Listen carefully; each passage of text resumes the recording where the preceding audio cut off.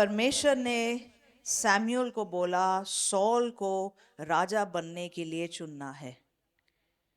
तो यहाँ ये उस बात की कहानी है। अगर आप देखेंगे इसका जो हेडिंग है, शमूएल द्वारा राजा होने के लिए शाऊल का अभिषेक।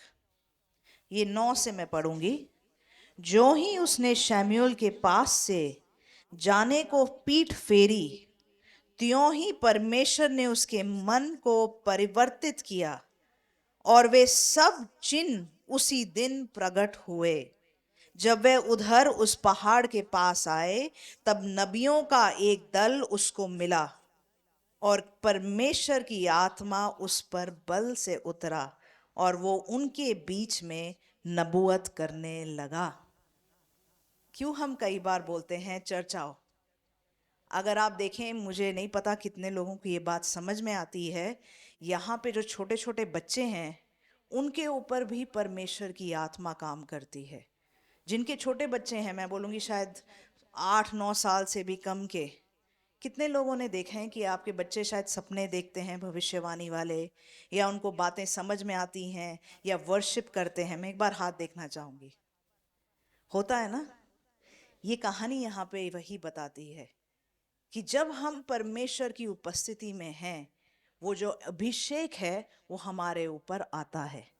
अब जो सॉल था, वो जब नबियों के बीच में चला, और क्योंकि सैमुअल ने उसका अभिषेक किया, यहाँ लिखा है परमेश्वर का आत्मा उस पर बल से उतरा और वे उनके बीच में नबूवत करने लगा।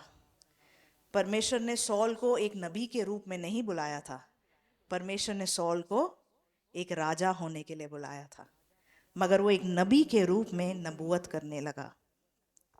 जब उन सबों ने जो उसे पहले से जानते थे ये देखा कि वे नबियों के बीच में नबूवत कर रहा है, तब आपस में कहने लगे, कीश के पुत्र को ये क्या हुआ?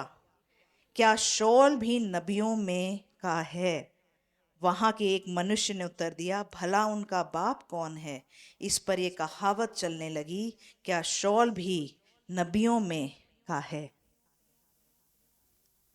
तो जहाँ जिनके साथ हम चलते फिरते हैं, उनके ऊपर जो अभिषेक है वो हमारे ऊपर आता है। आमेन। कितने लोग सपने देखते हैं, कितने लोगों से परमेश्वर, देखो कुछ लोग सपने देखते हैं, कुछ लोगों को परमेश्वर मन पे बात करता है अलग अलग तरीक़ों से। कितने लोग कहते हैं कि मैं जब से चर्च आया हूँ, शुरू किया है, मैं या तो सपने देख रहा हूँ या परमेश्वर अलग तरीक़ों से मुझसे बात कर रहा है।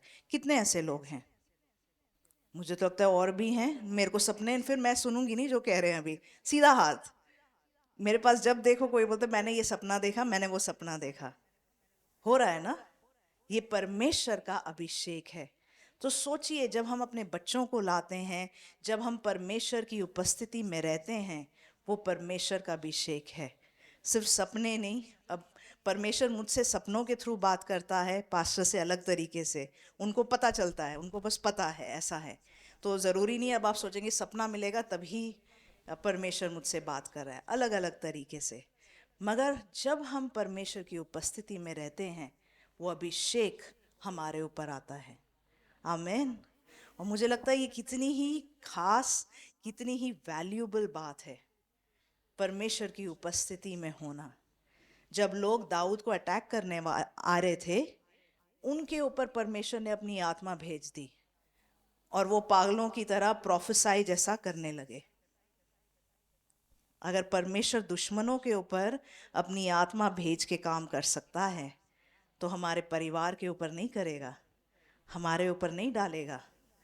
परमेश्वर की उपस्थिति में रहना इसलिए इतना वैल्यूएबल है। आमेन। अगर हमें उसका अभिषेक चाहिए, आज हम उसकी उपस्थिति से भर जाएं। आमेन।